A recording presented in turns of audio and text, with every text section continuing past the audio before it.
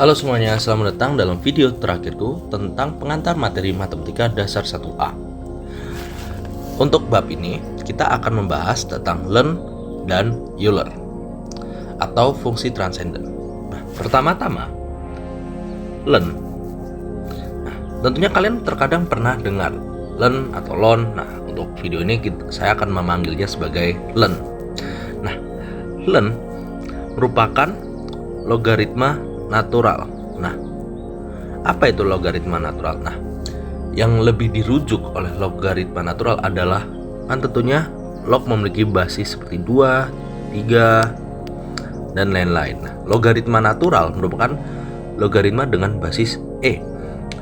Nah, ini sama dengan ln x. Nah, tentunya apa ini Euler? Nah, Euler merupakan suatu bilangan khusus, bukan khusus ya, bilangan yang sering kali kita temukan tiap hari. Nah, untuk bagaimana kita menemukan Euler, tentunya ini kayak sangatlah kompleks dan kita hanya bisa menerima saja bahwa Euler merupakan suatu bilangan yang banyak hal di dunia ini memiliki tendensi, seperti contoh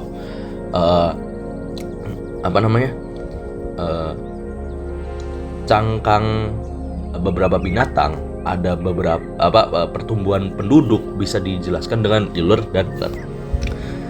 Nah,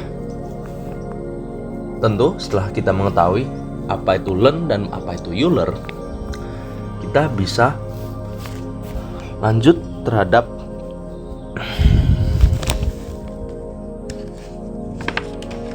beberapa sifat dari Lens dan Euler. Pertama, sifat dari Lens yaitu Lens 1 sama dengan 0, Ln A per B sama dengan Ln A min Ln B. Ini juga berlaku untuk perkalian.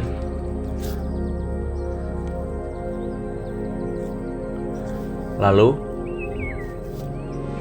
Ln A pangkat R sama dengan R Ln A. Ini untuk sifat-sifat dari Lens.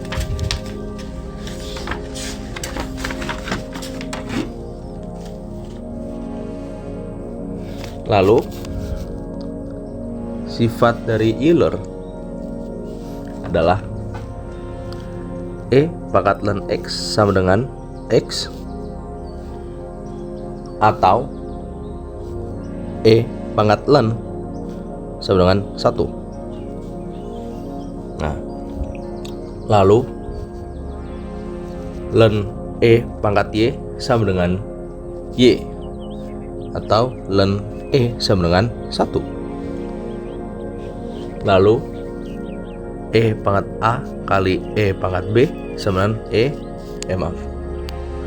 E A plus B. Tentunya ini juga mengkaitkan dengan sifat eksponensial.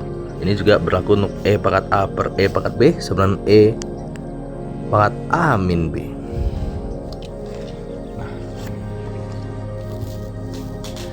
Setelah kita mengetahui beberapa sifat dasar dari Lens dan Euler, nah tentunya Lens dan Euler juga memungkinkan untuk kita integrasikan. Nah, pertama adalah kita mulai dengan Euler.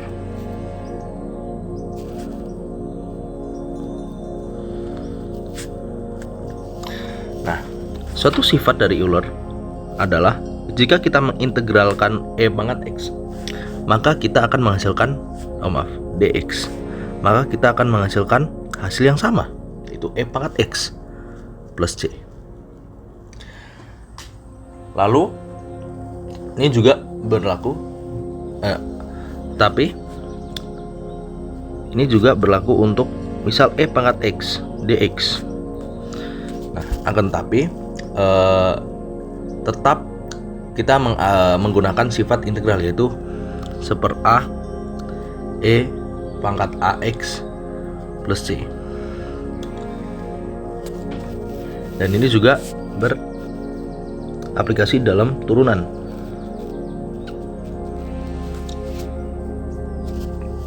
yaitu D per dx dari E pangkat AX akan 9A kali E AX. Nah,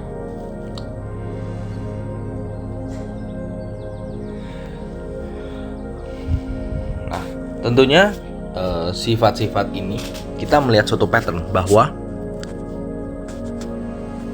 E pangkat X, ya, bilangan dari Euler sendiri tidak akan berubah, tapi sekelilingnya mungkin berubah.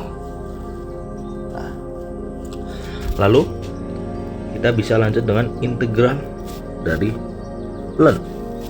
Nah, jadi integral ln ini sendiri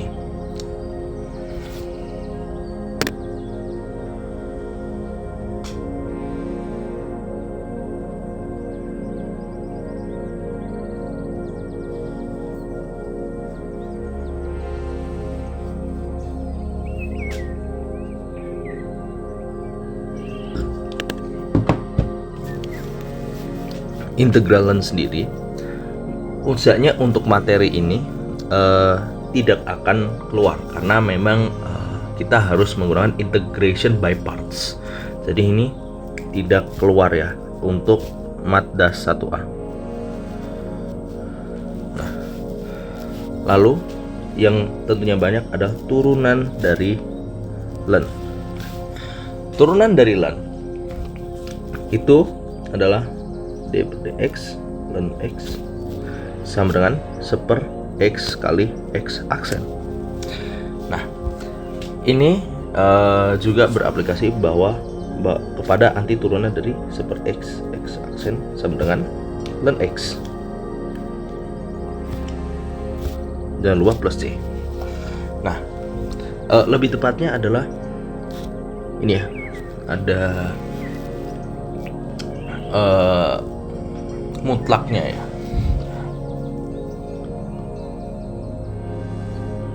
Dengan sifat-sifat ini kita bisa tinggal menghadapi soal, dan kita harus mengingat sifat-sifat ini karena ini merupakan suatu basis yang penting dalam mengerjakan soal-soalnya.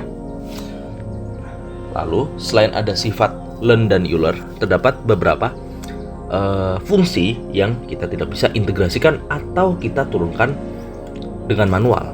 Kita anggap saja sebagai fungsi spesial. Nah, contoh adalah A pangkat X. Contoh dengan 2 pangkat X. Nah, tentunya gimana ini kalau misal kita menggunakan nx n-1. Nah, kita masa x-1. Nah, oleh karena itu kita bisa menggunakan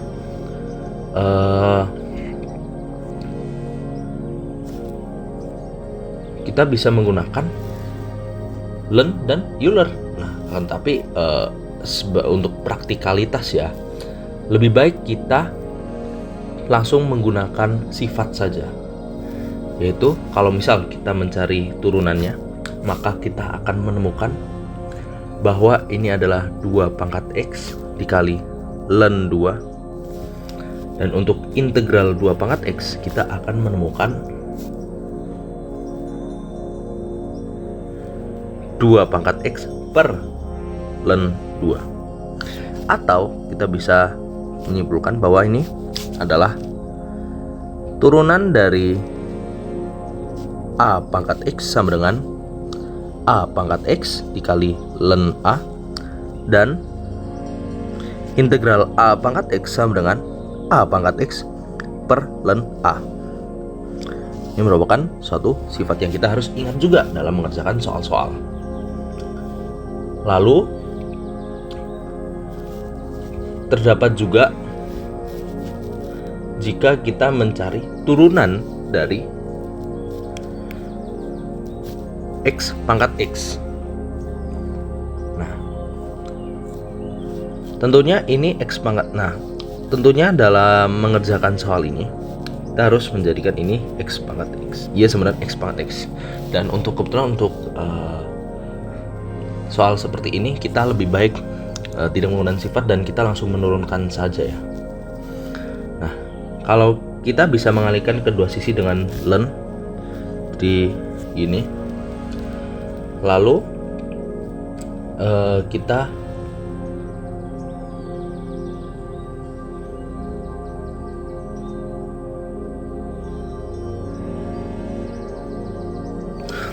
bisa menurunkannya terhadap X, sehingga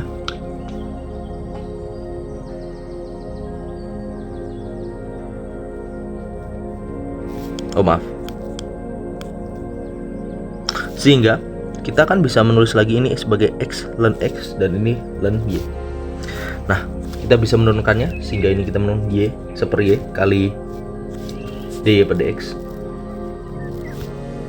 sama dengan, karena ini kita berbentuk perkalian ya ini, jadi kita bisa membangun dot rule, jadi len X kali 1 ditambah turunan dari X dikali seper X atau 1. Nah, sehingga kita bisa menulis lagi sebagai dy dx len X plus 1. Dan kita bisa memindahkan seperti ini untuk menemukan dy dx. Jadi len X plus 1 dikalikan Y.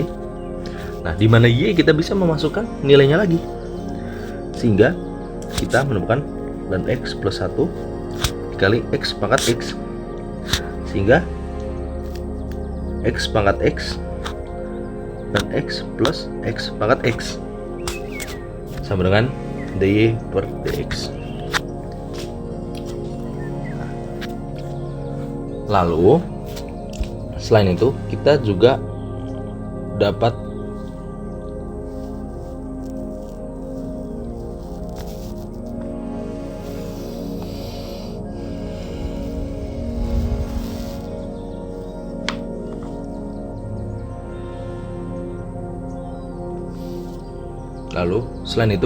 ada turunan dari logaritma. Dari anggap saja 2 log X sama dengan Y. Nah, tentunya dalam mengerjakan ini kita juga bisa mengalihkan kedua sisi dengan len ya, sehingga kita bisa menemukan bahwa ini kan jadi 2 pangkat Y sama dengan X, dimana kita bisa mengalihkan keduanya dengan len. Jadi ini kan len 2Y kali len X, dan kita bisa mengeluarkan lennya, mengeluarkan duanya len X. Lalu kita bisa menurunkannya seperti yang tadi ya. Jadi kita melakukan ini adalah len 2 dy dx dan ini seper X. Nah, sehingga kita bisa mengalihkan ke sisi lain, sehingga seper X dikali len 2. Atau untuk logaritma ini kita simpulkan sebagai dy dx dari log AX, log basis A X sebenarnya seper X len A.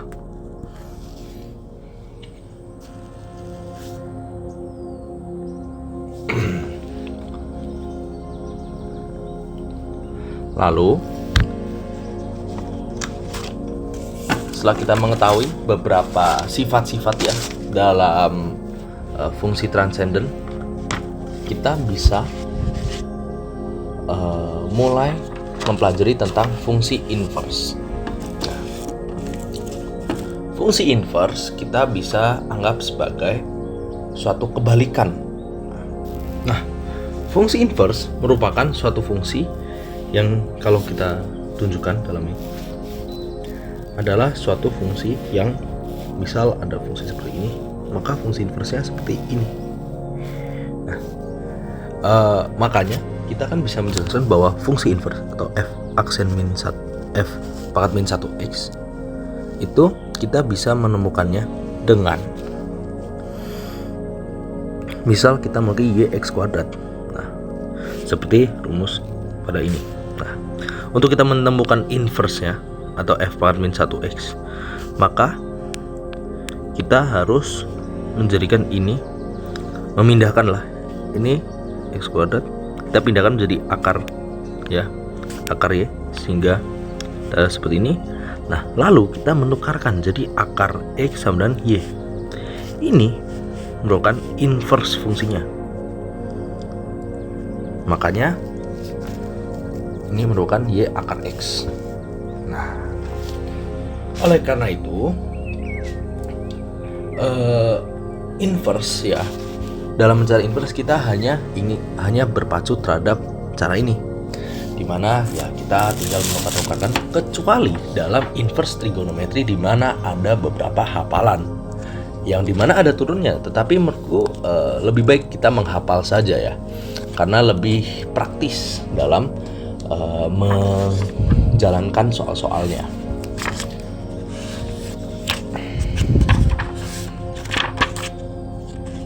Nah, untuk kali ini terdapat terdapat suatu sifat dari inverse di mana f pangkat min 1 aksen y sama dengan seper f aksen x. Nah, sehingga ini bisa beraplikasi jika kita mencari suatu masalah seperti pada soal ini. Misalkan fungsi f memiliki inverse di antara 0 hingga infinite. Lalu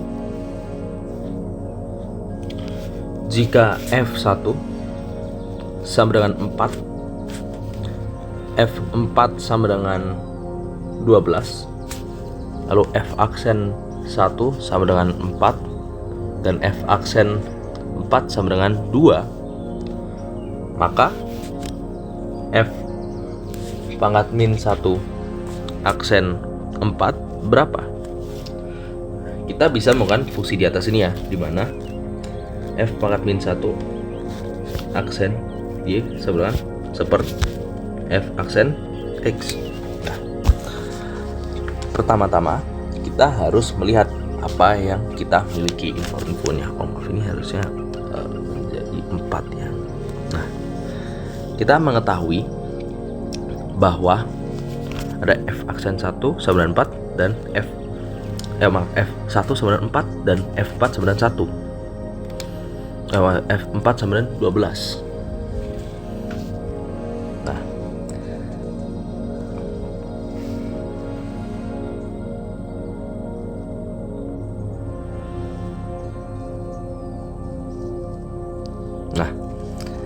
kita kan bisa mengetahui. Nah, kunci dalam mengetahuinya adalah melihat y dan x-nya. Nah, karena berhubungan dengan f1 sama dengan 4, bisa kita bilang bahwa f4 tambah sama f inverse 4 sama dengan 1, karena kita hanya tinggal menukarkan. Nah, sehingga dengan informasi ini kita menganggap sebagai ini sebagai 1 sebagai x dan 4 sebagai y ya. Nah, karena kebetulan kita mencari f turun dari f inverse 4. Nah, karena kita mengetahui itu, maka kita tinggal memasukkan nilai f turunan dari x atau f turunan dari 1 atau enggak ini f aksen 1, sehingga kita menemukan seperempat sebagai hasil dari ini. Lalu Setelah kita mengetahui ya dari sifat-sifat ya dan beberapa contoh soal, Learn juga memiliki aplikasi dalam persamaan linear diferensial orde 1. Nah, untuk UP nanti tentunya persamaan linear diferensial memiliki chance yang rendah untuk keluar, dan yang penting adalah kalian mengetahui konsepnya ya, karena tidak menutup ya hasil kemungkinan kalau itu keluar. Nah, persamaan diferensial linear itu memiliki bentuk dasar, tetapi kita harus mengenali bentuk dasar itu. Bentuk dasarnya merupakan dy per dx ditambah px px sama dengan qx. Nah, atau bisa dianggap sebagai dy per dx tambah something y sama dengan something x. Nah, maaf, ini harusnya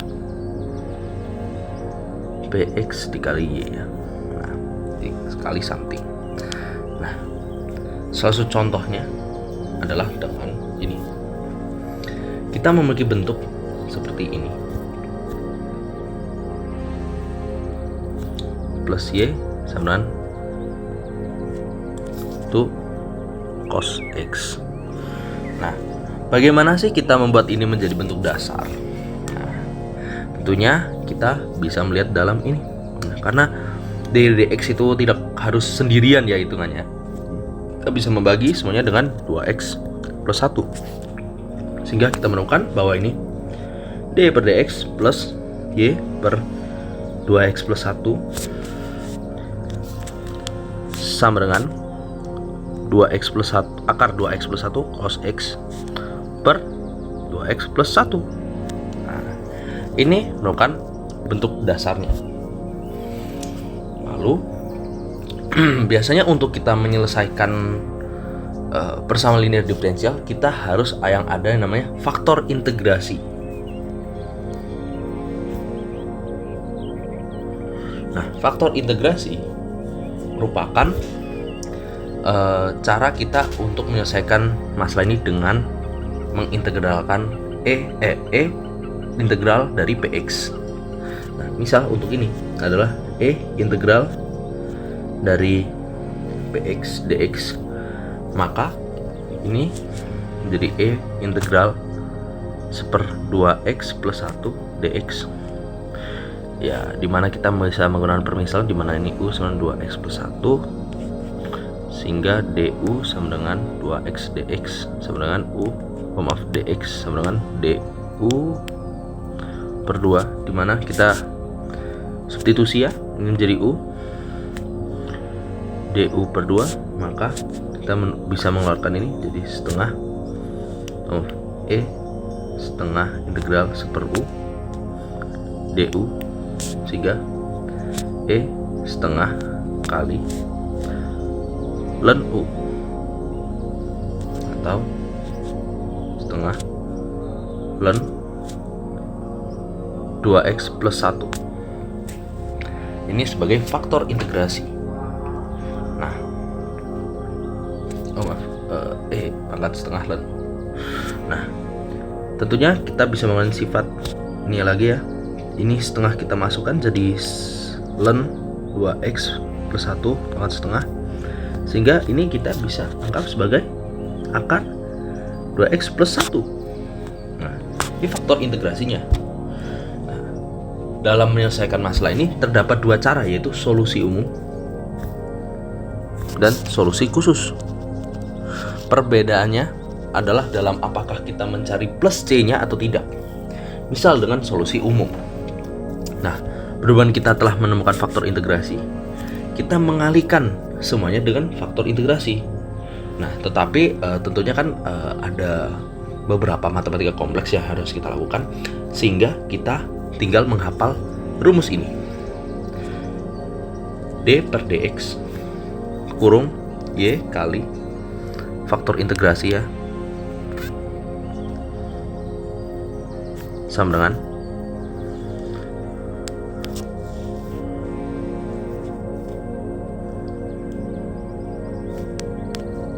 Qx dikali faktor integrasi. Nah,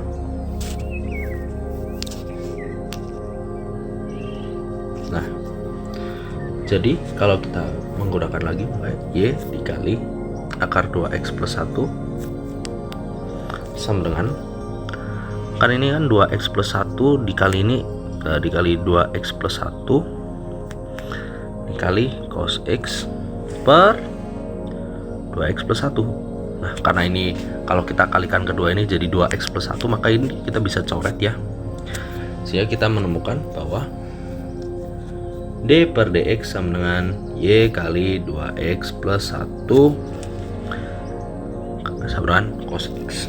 Nah, kita bisa memindahkan D per dx ini menjadi y kali x plus 1 sama dengan integral cos x dx. Sehingga karena integral dari cos x merupakan sin x plus c, kita bisa memindahkan 2x plus 1 ini. Jadi y sama dengan sin x plus c per akar 2x plus 1 sebagai solusi umumnya. Nah, tetapi c-nya berapa? Nah, itu dimana kita menggunakan solusi khusus. Nah, dalam solusi khusus ini kita mengambil suatu bilangan. Anggap saja y 0 sama dengan 5. Karena y 0 sama dengan 5, kita bisa masukkan ya, jadi ini kan 5 sebagai y, dan kita masukkan sin 0 dengan akar 2 kali 0 plus 1. Nah, karena dengan sifat dari pecahan kan kita bisa memisahkan jadi c 2 kali 0 plus 1, sehingga 5 sama dengan ini kan sin 0 jadi 0 plus c per 1 akar 1 atau 1, sehingga c sama dengan 5, sehingga kita bisa menemukan solusi umumnya sama dengan sin y sama dengan sin x plus 5 per akar 2x plus 1. Lalu kita bisa mempelajari tentang fungsi inverse dari trigonometri. Nah, fungsi inverse ini terdapat ada beberapa hafalan. Contoh adalah turunan dari sin pangkat min 1x adalah 1 per 1 min x kuadrat, dan d per dx dari cos 1x adalah sama aja seperti sin x. Akan tetapi ini menjadi minus. Lalu adalah inverse dari tan pan min 1x, dimana ini adalah 1 per 1 plus x kuadrat. Nah, ketiga ini adalah yang secara realistis akan keluar, sehingga lebih baik kita hanya menghafalkan ketiga ini saja. Lalu untuk itu materi dari fungsi transenden sudah siap di sini. Itu saja dari saya. Terima kasih telah menonton. Jika kalian ada yang kekurangan dalam ini, silahkan ngomong dalam komen. Jika ada pertanyaan, silahkan tulis dalam komen. Terima kasih.